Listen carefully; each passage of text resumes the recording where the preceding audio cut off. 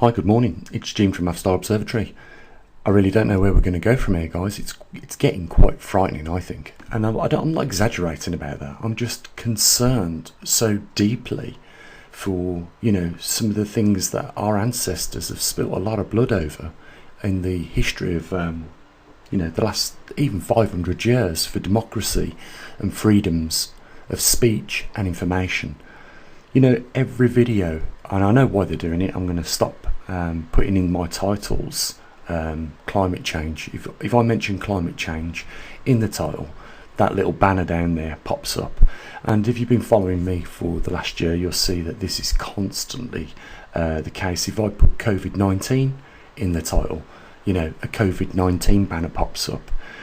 I was looking yesterday at where YouTube want to go for 2021, and they stated clearly two things, or these two things came out clear to me. First of all, they was going to work closer with world governments on issues to do with COVID-19, and the other one was climate change. Two real big serious topics that are on the news, mainstream media, every day almost. And first of all, I just want to say this. Freedom of speech allows somebody to have an alternative view. And can you imagine sitting at a board meeting where you're trying to decide something better for the company, and somebody's got an alternative view, which could be the best view, but because at the board table everyone has the standard view of something, they're going to not take any notice of that person with the alternative view, and therefore go with the standard and probably not improve or benefit the company in the future. This is exactly what we've got going on here. The influence of these big bully tech giants today are destroying people's livelihoods on YouTube. I mean, I don't make my livelihood off of YouTube. That what we do manage to raise just sometimes is enough to get some equipment, pay for some deliveries, a few bits and bobs here and there. And I don't know if you've ever seen my workshop. Well, it's a spare room, but I call it the workshop. It is full of thousands of pounds worth of tools that I've had to buy in order to build these things that we've got at the observatory. So without that little bit of funding, we wouldn't be able to do it anyhow. But the big point here is that, not just having the equipment and the knowledge and the education to do this stuff. When I make an alternative opinion on something, it usually is relative and appropriate. I got a strike about a month ago for talking about a subject to do with the vaccine and COVID-19. This is something that YouTube are going to come big on people, down on people with, if you start talking about these things. And all as I said, and I think you will agree with me, is that how could they have tested the vaccine on reproduction when, it only just passed 9 months since we first heard about COVID-19. Human reproduction usually takes 9 months. So how could they have tested it robustly against the reproduction rates and made sure that the underlying reason why I mention this is because male sperm contains a lot, over 10,000 packets of RNA, and that these vaccines are designed not like the old vaccines where you've got a weakened virus or a dead virus within the vaccine. These are designed now to target certain genes and proteins that the virus has within it, and by destroying that part or that component of the virus, it kills the virus. But my concern is that human sperm has over 10,000 packets, and I just wanted to put that out there. First of all, how could they have tested it on reproduction when they'd brought this out within about 9 months? Secondly, How could they say, without having the robust testing in reproduction on that vaccine, that it wasn't going to affect people having healthy babies? You know, we've made the mistakes in the past. When we look at formaldehyde, you know, that was the drug that was given to pregnant women to stop them having morning sickness. That was my concern. You know, I don't think it warranted being given a strike for that. But, you know, it's not just that. Someone said in the comment section the other day, Gene, how come you've got so low views and so little subscribers when the topic and the work that you do is so important? Well, it has been bottlenecked. First of all, the views have been restricted to the channel.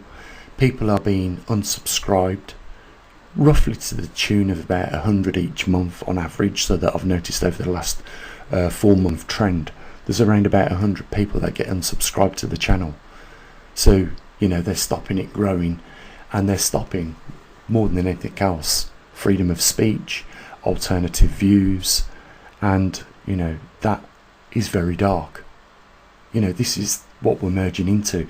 You know, like I say, it's not just my channel, it's a lot of other channels. It's not just channels. I mean, they suppressed a president last month on Twitter. One of these big tech bullies suppressed one of the most powerfulest people in the world. Can you believe that? This is what we're up against. And, you know, my big worry and concern is that we're pretty much allowing it to take place.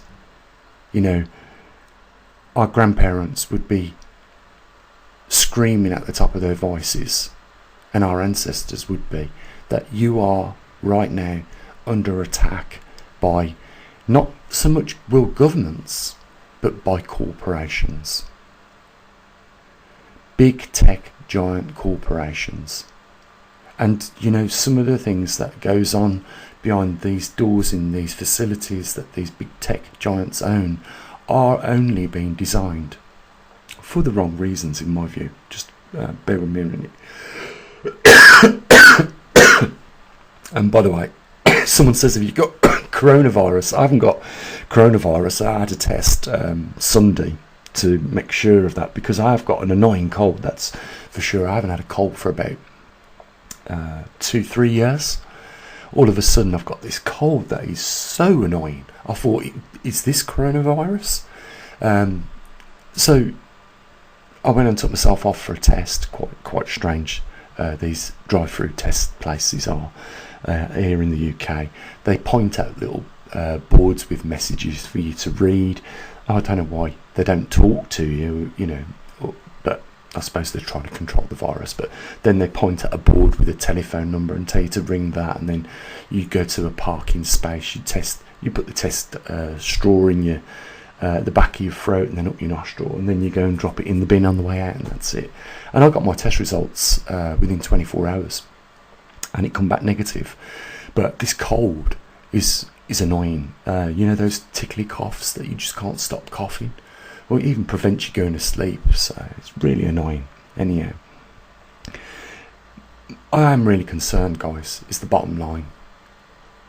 I'm concerned for, you know, that we are an observatory. We have got a lot of equipment out in the field, and we are being suppressed. If we talk about, you know, vaccines, COVID-19, climate, or world governments, another subject they don't want you talking about is whether or not the elections were rigged last year. Excuse me. But, you know, this is what we're up against, and it's going to get a lot worse. You know, I'm sure this was all by design, and why can't I say this? Why can't I be suspicious that this was all by design? Because I know how much money was made in the big crash in 2007, when people lost their jobs, houses. I know that there was a lot of hedge funds that made a lot of money, and I'm seeing it today on, you know, the mainstream lies and media. You know, big companies buying out, you know, several other companies in one big group, and, you know, paying millions and millions of pounds for these companies, and the companies are just getting bigger and bigger. And a lot of them seem to be doing is closing the high streets down, the shops in the high streets, and just taking the online component of that business and adding it to theirs that they've got already. So they're removing the market, the competition in the market. And this is exactly what they're doing with alternative media on platforms like YouTube. They're removing the alternative source of information, and we don't know what level they're going to go to. And we can guess at why they want to do these things.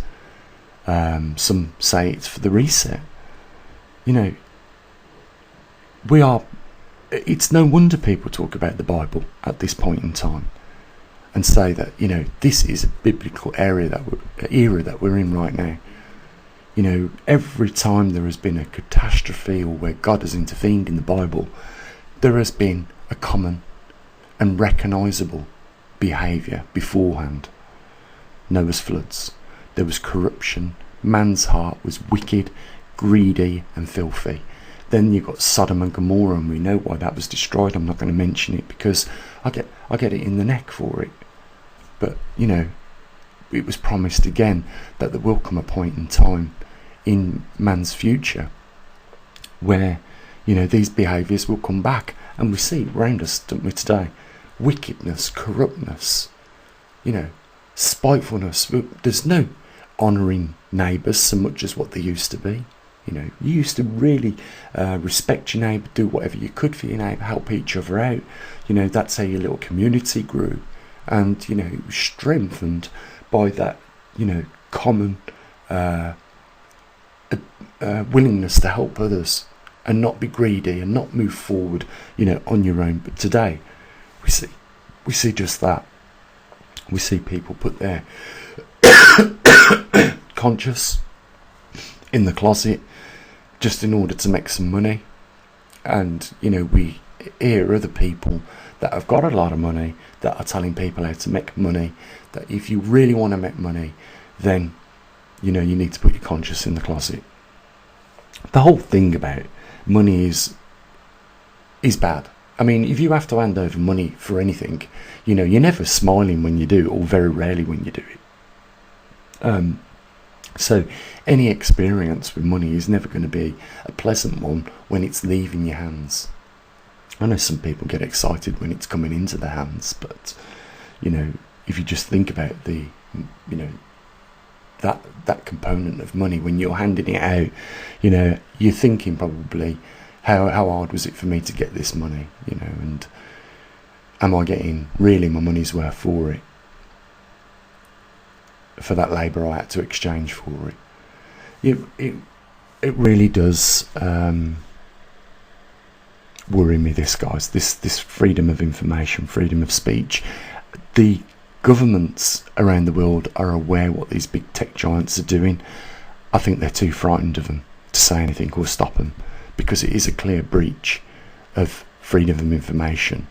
And when we start seeing the governments allow big tech giants to do things like this, then we know they're going to do it more, if there's no regulation. I'm interested in your thoughts anyhow, guys, on this. I just thought I'd talk about something a little bit different. I mean, we're in a lot of trouble, and if they continue suppressing people, it's going to get worse, trust me. We've seen this in our histories.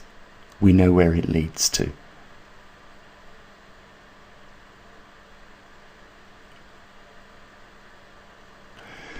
We're at the beginning, we're on the first day of the month. If you want to help me raise a few bucks for the observatory, the links are down there in the description, guys.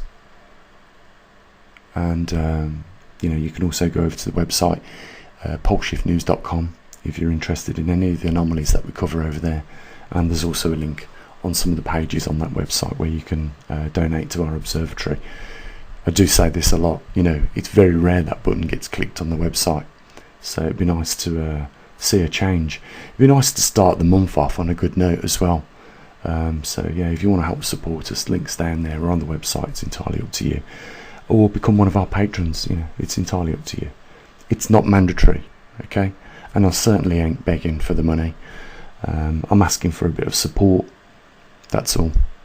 Hopefully from people that have, like-minded interests, such as, the anomalies that are taking place and the freedoms that are being lost in our world. So I'll say what I usually do, guys. You enjoy your rest of your day, and I'll probably catch up with you at some point in the week. As always, bye for now.